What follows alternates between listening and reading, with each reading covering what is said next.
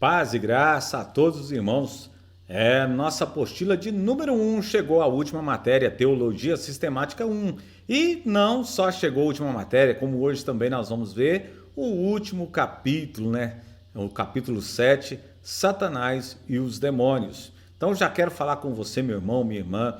Pega aí a sua caneta, o seu lápis. Pega também aí a sua Bíblia, caderno de anotação, a apostila, acompanhe pela apostila. Se tiver nos acompanhando pelo celular, desligue a televisão, desligue tudo que tira o seu foco aí, tira a sua atenção. Ou se você estiver assistindo pela televisão, desligue o celular e vamos ter uma excelente aula, uma ótima aula aí em o nome de Jesus. Amém?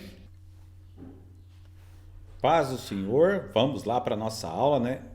Apostila 1, né? Pega aí sua apostila 1. Teologia Sistemática 1 é a quarta matéria, a última da apostila, né?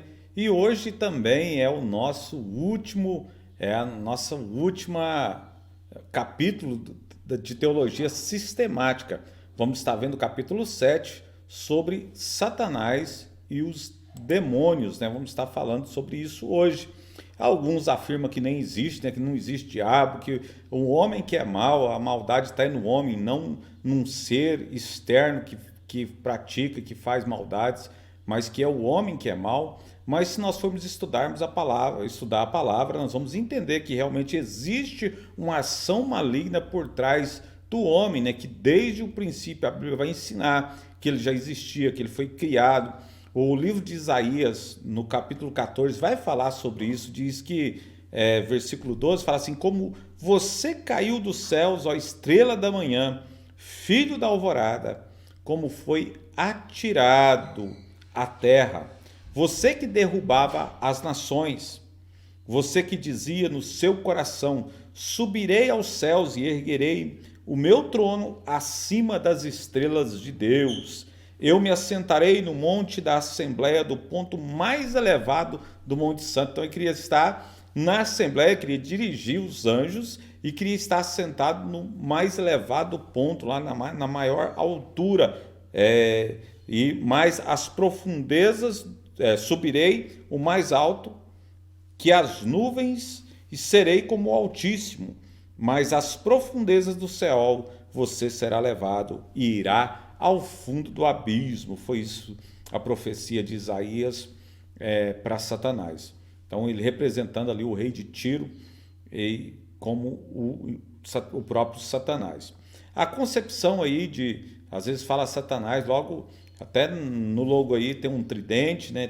Muitos pensam num diabo de chifre, também com um pé de bode, rabo pontiagudo aí, mas essa visão de Satanás não é o que a Bíblia ensina. Essa visão vem da mitologia grega, né, desse diabo feio, esquisito, mas a Bíblia diz que ele era, a princípio ele era um anjo, originalmente Lúcifer, que quer dizer o que leva à luz, ou o anjo de luz, o mais glorioso de todos os anjos. Então ele estava ali, ele era o mais glorioso de todos os anjos, criado pelo próprio Deus. Mas o orgulho entrou no seu coração e ele aspirou, ele tentou, ele quis ser igual ao Altíssimo e caiu na condenação. Então o pecado dele foi a soberba, querer ser igual a Deus. E isso tem sido o pecado de muitos homens, né? De muitas pessoas, até mesmo dos seres humanos,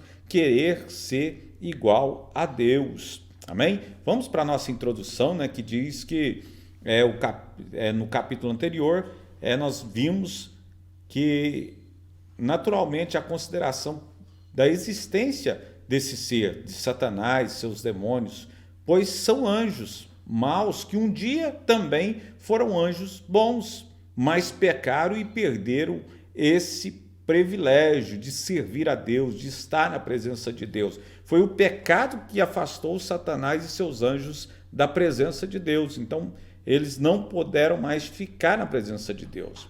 A exemplo dos anjos, Satanás e seus anjos também são seres espirituais criados, dotados de discernimento moral e de uma elevada inteligência, mas também não têm um corpo físico, por serem seres espirituais, eles não têm um corpo físico, eles não têm não é uma matéria, por isso eles precisam de um corpo físico para habitar. Por isso você vai ver aí que existem possessão maligna, porque ele não tem um corpo físico, ele vai procurar um corpo físico para ele habitar. E aonde ele achar uma brecha, aonde ele achar uma legalidade, é que ele vai entrar, e é aí que ele vai agir na vida de muitas pessoas. Nós vimos aí muitas pessoas que são realmente morada de demônios. Existem e muitos. Podemos dar-lhe a seguinte definição, podemos definir o diabo desta forma, que demônios são anjos maus que pecaram contra Deus e hoje continuam praticando o mal no mundo. Essa é a definição que nós temos de diabo, do inimigo. Primeira coisa, vamos ver, a primeira parte é a origem. Onde surgiu? Quando foi que surgiu? Será que o diabo existe desde sempre? Você já fez essa pergunta? Quem criou o diabo? Então, quem criou foi o próprio Deus, porque a Bíblia diz que ele criou todas as coisas. Em Gênesis capítulo 1, versículo 31, nós podemos ver quando Deus criou o mundo. Ele viu Deus tudo quanto fizera e eis que era muito bom. Então, o próprio Deus, ele viu que tudo que ele tinha criado era muito bom, era maravilhoso. Ele criou a terra. Olha que linda a nossa terra. Criou e era tudo muito bom. Mas já em Gênesis, no capítulo 3, nós podemos ver Satanás, na forma de uma serpente, tentava Eva a pecar, ao pecado. Isso significa que o diabo ele agiu para fazer com que Eva pecasse e saísse da presença de Deus. Então, em algum lugar, Deus ele criou tudo perfeito, o mundo, os anjos, tudo ele criou perfeito. Mas em algum tempo, em algum momento entre Gênesis 1, 31 e Gênesis 3, do 1 ao 5, houve uma rebelião. Tem havido ali no mundo angélico ali, na qual muitos anjos se voltaram contra Deus e se tornaram anjos maus.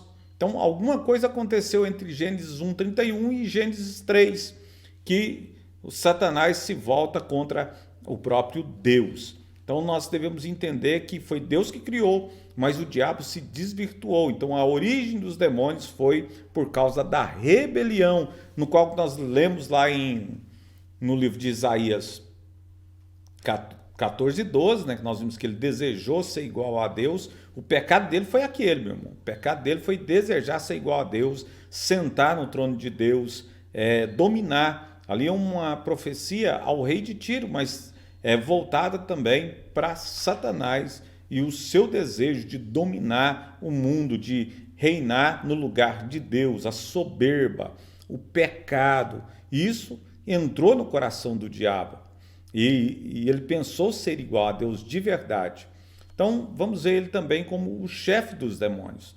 Satanás é o nome do chefe dos demônios. Ele é que domina, ele que comanda os demônios. Assim como existe uma hierarquia nos anjos, existe também uma hierarquia entre os seres malignos. Esse nome Satanás ele é mencionado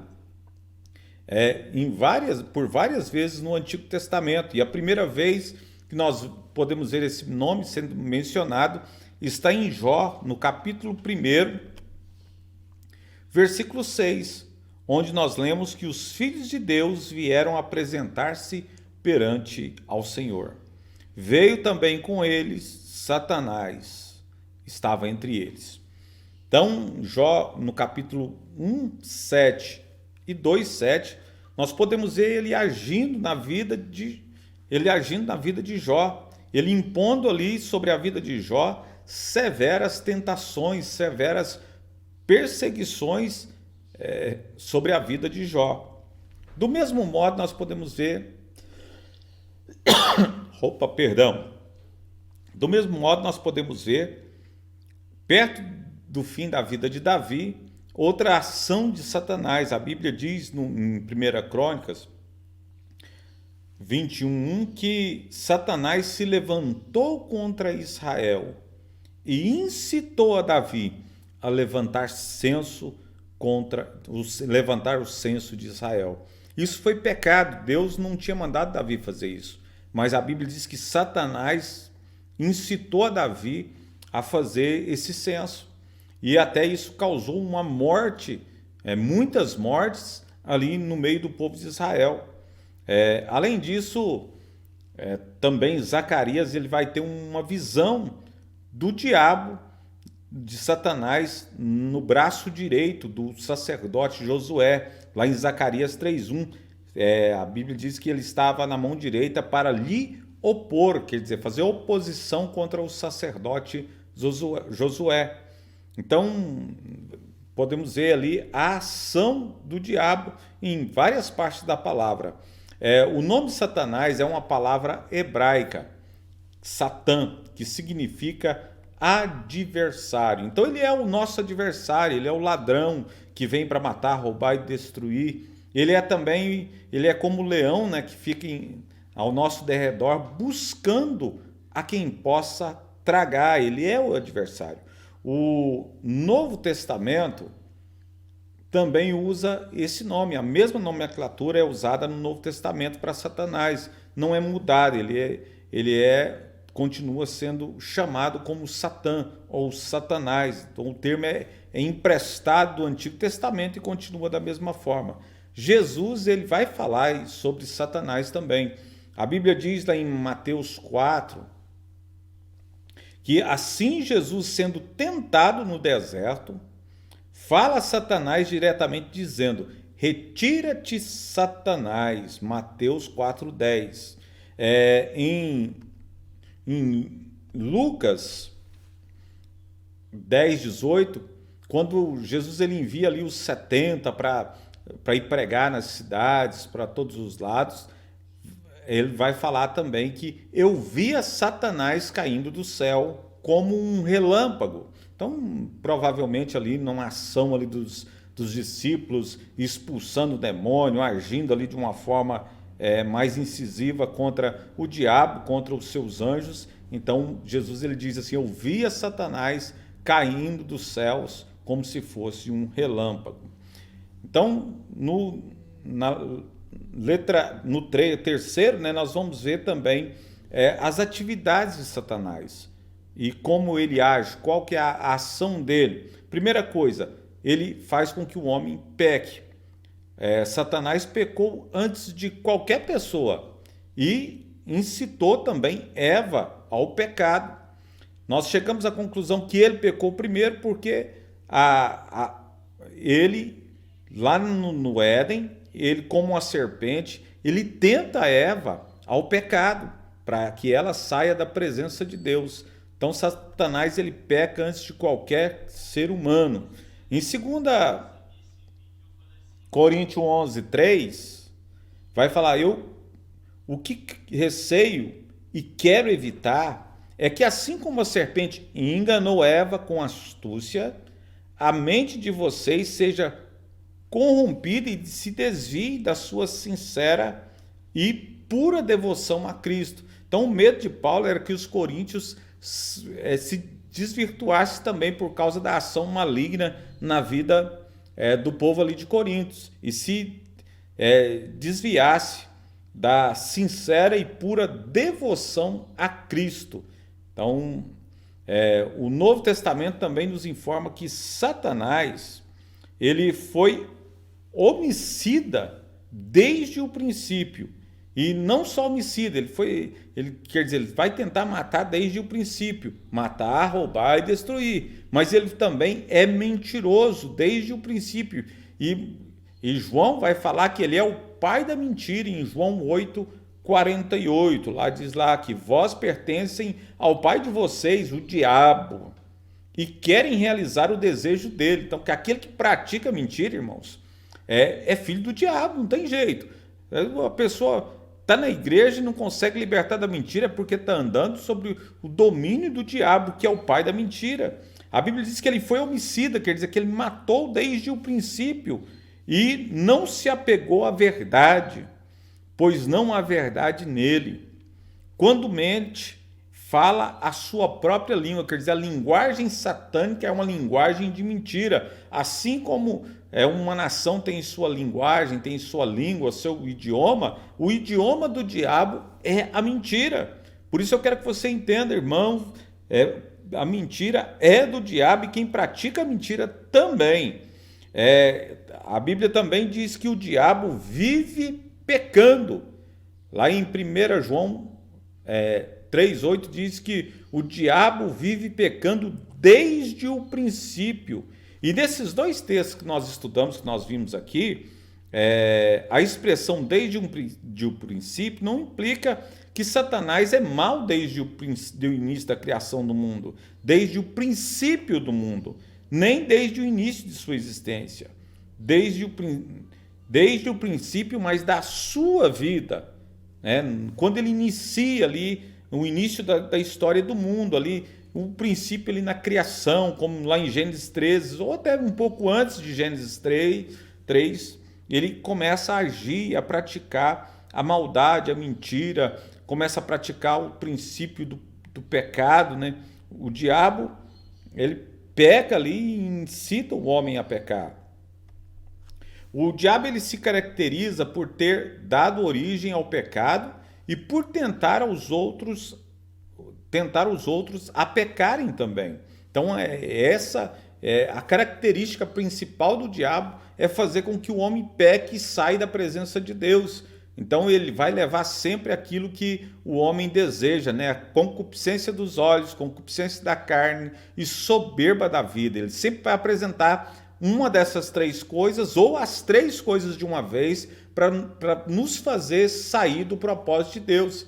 E nisso muitos homens de Deus, muitas pessoas têm saído desse propósito, têm saído dessa presença de Deus por causa do pecado, por causa da ação maligna por trás da vida do homem, para incitar o homem a pecar. Segunda atividade aí de Satanás na vida da terra aqui, dos homens, vamos ver aqui, o segundo letra B, os demônios opõem a toda a obra de Deus, tentando destruí-la. Então ele vai se opor, ele não só se opõe às obras do homem, mas às obras de Deus, para tentar destruir toda a obra de Deus. Ele vai tentar se opor. Assim como Satanás levou Eva a pecar contra Deus, lá em Gênesis 3, do 1 ao 6, também tentou fazer Jesus a pecar e assim falhar na sua missão de Messias. As táticas de Satanás e dos seus demônios são, anota aí, as táticas do diabo não muda muito, irmãos. Primeiro, a mentira, né, que nós vimos aqui, a mentira lá em João 8:44, nós já lemos o texto, né, o engano, Apocalipse 12:9, diz que o engano, o grande dragão foi lançado fora. Ele é a antiga serpente chamada Diabo ou Satanás, que engana o mundo todo. Ele e seus anjos foram lançados à terra. Quer dizer, a Bíblia está dizendo que os anjos, o diabo, seus demônios foram lançados à terra e engana todo o mundo. Então essa é uma ação do maligno. E também o homicídio, que nós vimos também em João 8:44, que ele é homicida desde o princípio. E todo e qualquer tipo de ação destrutiva no intuito de fazer as pessoas se afastarem de Deus, rumo à destruição. Lá em 2 Coríntios 4:44, os demônios lançam mão de qualquer, meu irmão, pode ter certeza, os demônios lançam mão de qualquer artifício para cegar as pessoas ao evangelho. Vai tentar de todas as formas pôr um tapa-olho nas suas vistas para você não enxergar o evangelho, não enxergar a libertação, aquilo que Deus quer fazer na sua vida e na sua casa. Também procura usar a tentação a dúvida, a culpa, o medo. Ele vai tentar usar essas coisas para te confundir, a confusão, a doença, a inveja, o orgulho, a calúnia ou qualquer outro tipo para obstruir o testemunho e a utilidade do cristão. Então ele vai tentar de todas as formas impedir o seu testemunho, impedir a sua vida com Deus. Ele vai trazer dúvida, ele vai trazer culpa, ele vai trazer medo, ele vai trazer a falta de perdão, ele vai trazer inveja, as concupiscências aí dos olhos, da carne, a soberba da vida, para tentar destruir toda a humanidade, porque ele odeia tudo aquilo que Deus fez, tudo que Deus criou. Amém? Letra C. Amém? Não, nem misericórdia, né? Não é misericórdia. Mas nós temos que ter essa consciência que o que ele fez. Letra C, diferente. Deixa eu ver aqui. Letra B, diferentes estágios. Vamos estar falando, contudo, os demônios são limitados pelo controle de Deus e têm um poder restrito. Eles têm limitações, devemos entender que eles têm um poder restrito, limitações. A história de Jó deixa claro que Satanás podia fazer só o que Deus lhe permitia, nada mais. Jó 1,12. Então, lá no versículo 12 de primeiro capítulo de Jó, o Senhor disse a Satanás: pois bem, tudo que ele possui está nas suas mãos, apenas não encoste o dedo nele. E então Satanás saiu da presença do Senhor. Os demônios são do Senhor. Os demônios, meu irmão, são mantidos em algemas eternas. Judas 1,6 diz que e os anjos que não conservam suas posições de autoridades, mas abandonaram a sua própria morada, ele os tem guardado em trevas, preso com correntes eternas para o juízo do grande dia. Irmãos, os cristãos podem muito bem resistir por intermédio da autoridade de Cristo que nos legou, ele nos deu autoridade aí. Tiago 4,7, portanto, submetam-se a Deus, resistam ao diabo e ele fugirá de vós. Letra D. Vamos ver aqui, ó. Primeiro, no Antigo Testamento. Como no Antigo Testamento a palavra demônio não é usada com frequência, de início podemos ter a impressão de que há pouca indicação de atividades demoníacas. Então, no Antigo Testamento, a palavra não é usada com frequência, mas nós podemos ver a ação demoníaca sendo ministrada, sendo sempre aparecendo ali no Antigo Testamento. Agora, no ministério de Jesus, vamos dizer aqui, após centenas de anos de incapacidade de alcançar um triunfo real sobre as forças demoníacas, é compreensível que quando Jesus surgiu, expulsando demônio com absoluta autoridade, né?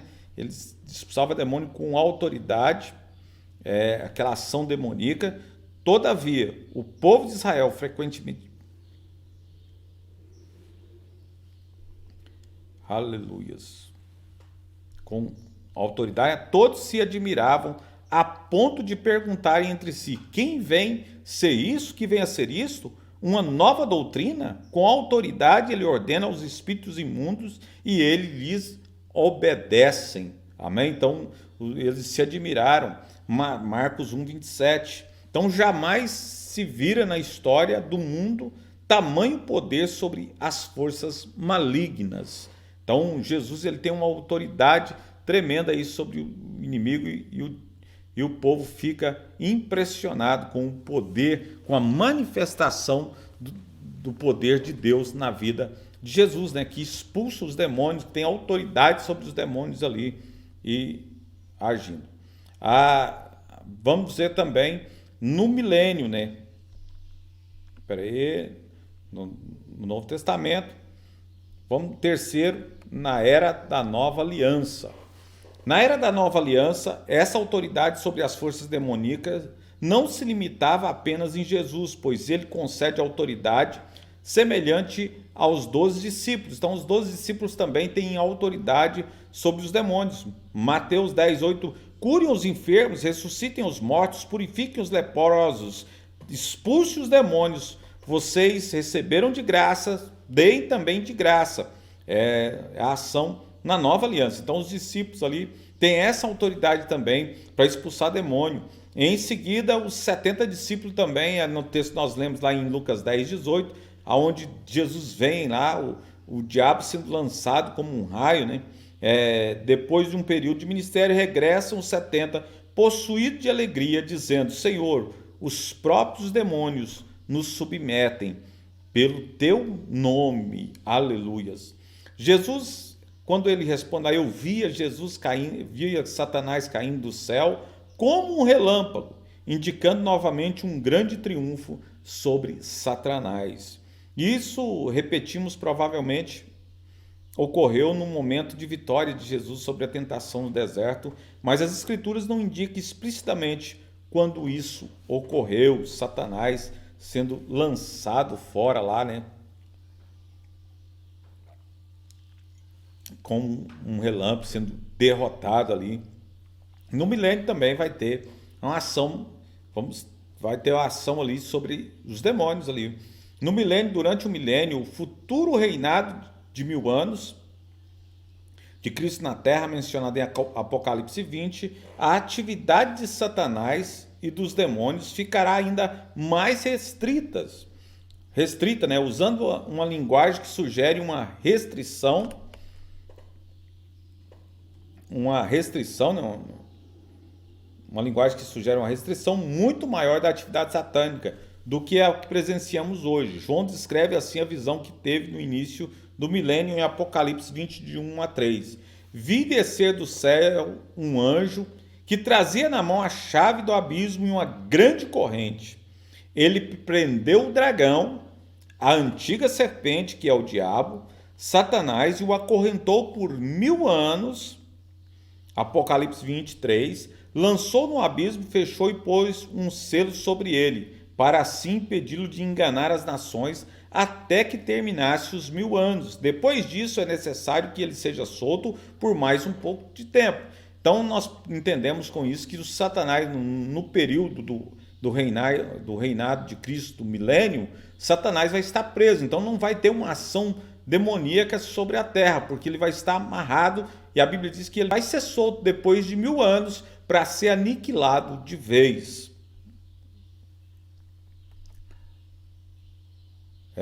No juízo final, ao final do milênio, Satanás será solto e reúne as nações para a batalha final, mas é definitivamente derrotado e lançado para dentro do lago de fogo e enxofre, atormentado de dia e de noite pelos séculos dos séculos. Amém, né? Pelos séculos dos séculos, aí é amém. Ele vai ser derrotado totalmente. Então o juízo de Satanás e seus demônios estará completo. Então o juízo só terminará mesmo depois da derrota final, que ocorrerá depois do milênio, que ele vai ser solto e vai ser lançado, amarrado, jogado ali no lago de enxofre ali, em nome de Jesus, e vai ser destruído em nome de Jesus. Quarto,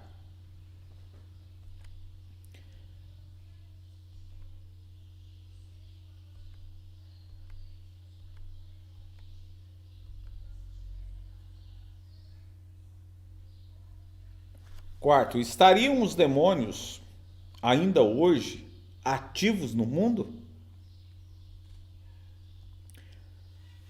Algumas pessoas, influenciadas por uma cosmovisão naturalista, que só admite a realidade que se pode ver, tocar ou ouvir, negam que existem hoje demônios. Então tem muitas pessoas, muitas seitas, né, que negam a existência de demônios ainda nos dias de hoje.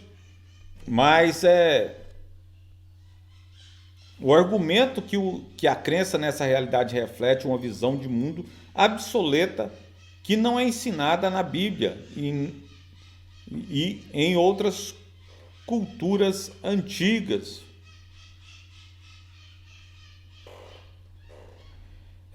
Por exemplo, o alemão Rudolf Bultmann, estudioso do Novo Testamento, negava enfaticamente a existência de um mundo sobrenatural, de anjos e demônios. Então, Rudolf Bultmann, ele falava não existe nem anjos, nem demônios, não existe um mundo espiritual, é somente o mundo natural. Ele argumentava que essas coisas não passavam de mitos e que era necessário desmitizar a mensagem do Novo Testamento, eliminando esse elemento mitológico para que o evangelho pudesse ser recebido por pessoas modernas, né?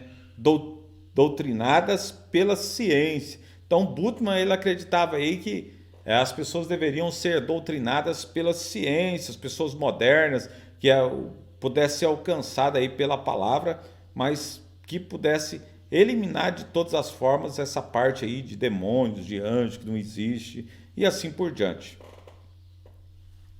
Outros propuseram que o equivalente contemporâneo da inaceitável atividade demoníaca mencionada nas Escrituras.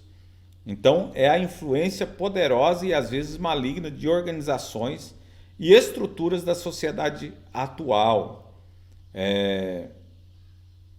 Governos malignos e poderosas corporações maléficas que controlam milhares de pessoas. Então eles acreditam assim, não, que não existe demônio, que são os governos atuais, são pessoas do mal que agem, são por vezes demoníacos, especialmente nos escritos de teólogos mais liberais. Então eles acreditam numa ação maligna do homem e não numa ação maligna de espíritos, né? No caso de demônios e anjos. Eles acreditam que realmente existe aí uma maldade, mas que não fazem parte de seres espirituais, mas que o próprio homem se torna a própria maldade. Então são o que a ciência acredita aí, mas será que os demônios ainda agem no mundo de hoje? Eu acredito que agem sim, irmãos. Letra B. O mal e o pecado vêm em parte, mas não totalmente, de Satanás e dos demônios. Então, quando refletimos sobre a ênfase global das epístolas do Novo Testamento, percebemos que se dá bem pouco espaço a discussão, né, de atividades demoníacas na vida dos crentes, ou aos métodos de resistir e fazer frente a essas atividades. A ênfase está em exortar os crentes a não pecar, levando uma vida de justiça. Então a ênfase não é tanto ao inimigo, tanto à ação demoníaca, mas a levar uma vida fora do pecado. Mas é claro, irmãos, que se nós levarmos uma vida fora do pecado, o inimigo não vai ter a legalidade para agir nas nossas vidas, para tentar tirar proveito aí da nossa vida espiritual em baixa, né, na verdade. Por exemplo, em 1 Coríntios, diante do problema das divisões, Paulo não diz que a igreja que representa o espírito da divisão, mas os aconselha simplesmente a falar a mesma coisa e a mostrar-se unidos na mesma disposição mental, no mesmo parecer, quer dizer, no mesmo corpo, numa mesma visão, numa mesma mente, né? Então Paulo ele indica ao povo para que ele repreenda o espírito da divisão, que é preciso repreender.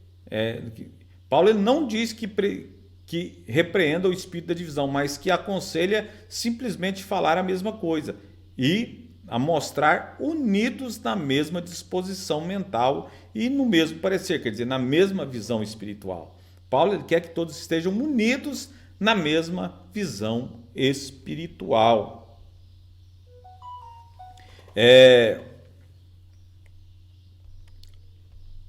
Letra C. Será que um cristão pode ser possuído por demônios? E aí, essa pergunta é interessante, meu irmão.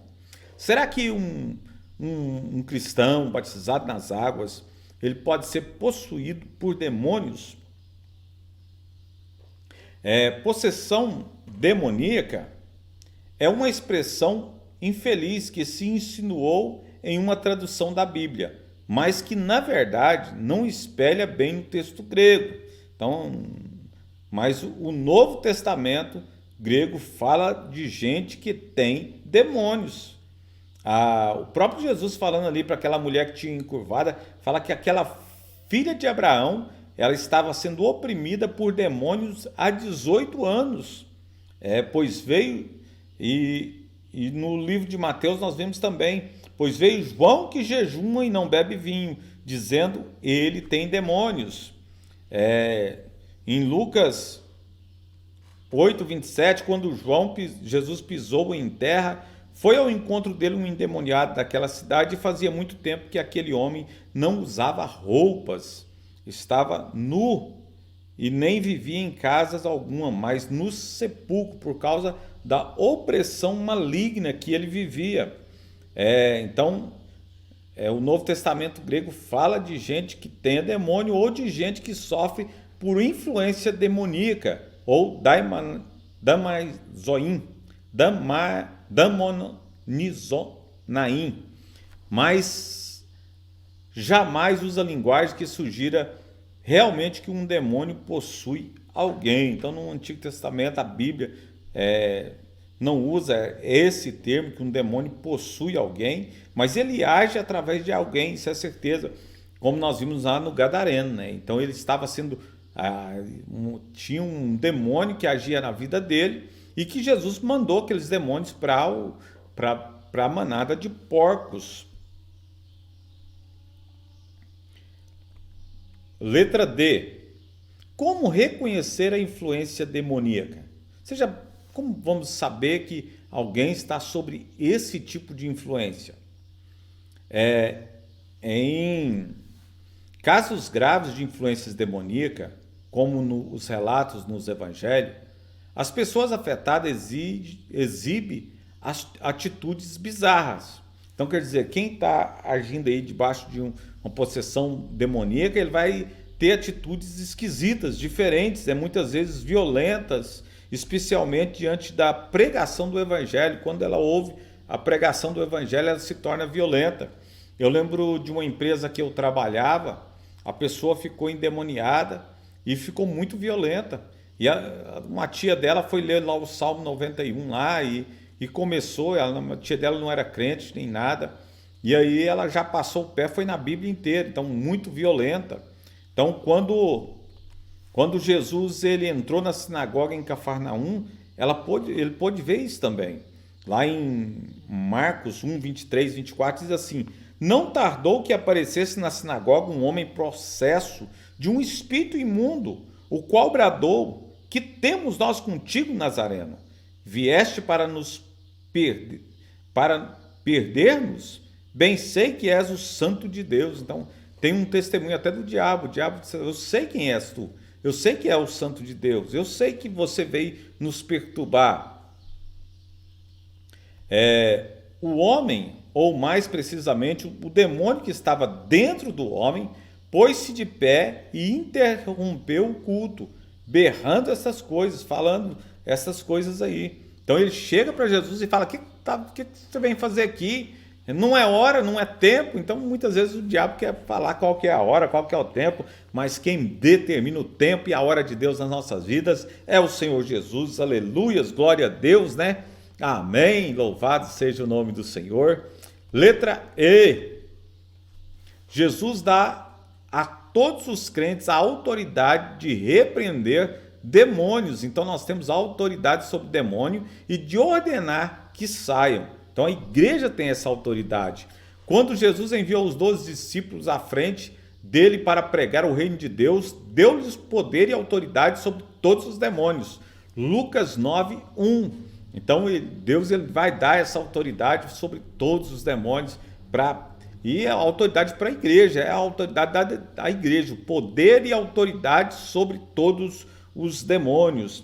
Depois de pregar o reino de Deus em cidades e vilarejos, os 70 voltaram exultantes, dizendo: Senhor, os próprios demônios se nos submetem pelo teu nome. Então eles descobriram aí a força do nome de Jesus. Jesus então lhes falou: eis aí vos dei autoridade sobre todo o poder do inimigo, lá em Lucas 10, 19. Vamos ver também em Atos 8, 7, quando Filipe, o evangelista, desceu a Samaria para pregar o evangelho, os espíritos imundos saíram de muitos os que tinha. Então, pela autoridade do nome de Jesus, lá em Samaria, houve libertação naquela região, na região de Samaria, tanto houve ali uma conversão em massa ali em Samaria. Paulo também usou da sua autoridade espiritual sobre os demônios para dizer a um espírito de adivinhação que entrara em uma moça. Atos 16, 18 diz assim: em nome de Jesus Cristo eu te mando, retira-te dela. Então nós temos a autoridade também, da mesma forma que o Pai me enviou, disse Jesus, eu também vos envio. Lá em Marcos capítulo 16 vai falar: imporão as mãos sobre os enfermos e eles serão curados. Em meu nome expulsarão demônios. Então, pelo nome de Jesus, nós temos autoridade para expulsar demônios. Amém? Então, a igreja tem essa autoridade. Letra F. O uso correto da autoridade espiritual do cristão no ministério junto a outras pessoas. Então, deixando a discussão da batalha espiritual particular, na nossa vida, como na vida dos familiares mais próximos também, nós devemos passar a questão do ministério pessoal direto, junto com a outras pessoas que sejam vítimas de ataques espirituais. Então nós devemos entender aí que muitas pessoas sofrem com esses ataques espirituais, ataques do mal. Nós somos chamados aí para libertar. Por exemplo, podemos aconselhar outra pessoa ou talvez orar por ela quando desconfiamos que a atividade demoníaca é um dos fatores que provocaram o seu problema.